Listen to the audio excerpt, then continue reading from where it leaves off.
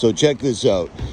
This guy right here, it's pouring. It was raining out. It's kind of a crappy day, but I saw this out of my window and I had to come take a look at this thing. Turns out this guy's an artist and he's doing a mural or some art pieces at my neighbor's house. And you might remember my neighbor from the Lamborghini broke down in front of my house video, because it's the same dude.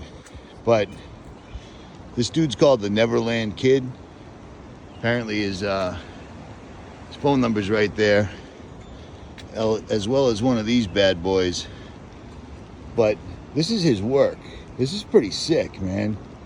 And to have somebody like my neighbor paying him to come to his house to hook it up proper is pretty serious. You know what I mean? I just call my neighbor the Lamborghini guy, but he has more than just a Lambo.